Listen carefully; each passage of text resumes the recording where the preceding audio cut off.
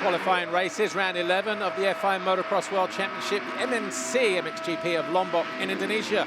The MX2 qualifying race just to the outside. Kevin Horgmo went down. Lucas Koenen got run off track as Jago Geerts led the way through the first couple of corners. Close behind him was Rowan van der Moosdijk, but Rick Elzinga briefly found his way into second.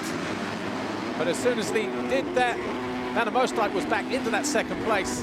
Simon Langenfelder then, top of your screen, moved past the Dutchman to move into third. Shortly after that, so too did Adamo. Elzinga was all of a sudden down in fifth place until 72.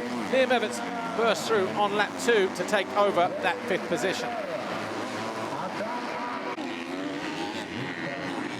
These two riders, Kai de Wolf and Sascha Koenen, banged bars earlier on in the race, but it was de Wolf who eventually worked his way through into 8th, and then later on, a decent pass on Thibaut Benistant put him into 7th position. Langenfelder and Adamo battled over 3rd and 4th place. This was the move that de Wolf managed to put on Benistant on the final lap to take over 7th place. Benistant came home in 8th, but no one a match for Jago Geerts, who won his 5th Ram qualifying race of the season from van der Moosdijk and Langenfelder. Adamo came home in 4th place from Liam Everts, Rick Elzinga, Kai de Wolf and Thibaut Benistant. The 2 final points going to Sascha Koenen in 9th and Lucas Koenen in 10th place.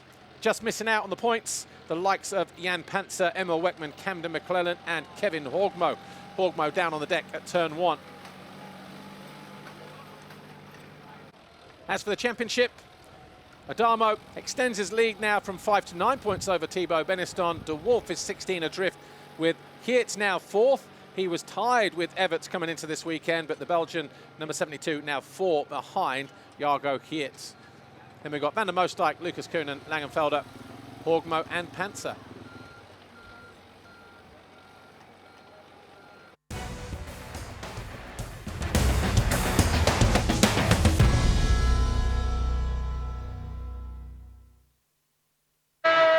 MXGP qualifying race. Look at the first 5 or 6 gates over on the right-hand side. Prado, Fevre, Seewer, Fernandez, Valandren, and trying to go around the outside. Koldenoff on the 259, but it was Prado who just hung on as they dropped into turn 2 from Seewer, Fernandez and Fevre.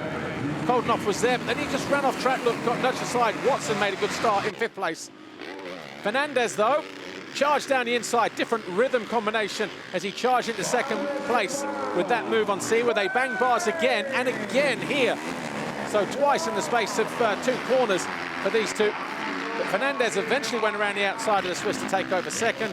And then, 4 or 5 laps later, Roman Fevre also found his way past the Yamaha man to move into 3rd. And then Seewer somehow stayed upright as he jumped off track, and that was his charge done. He would come home in 4th place.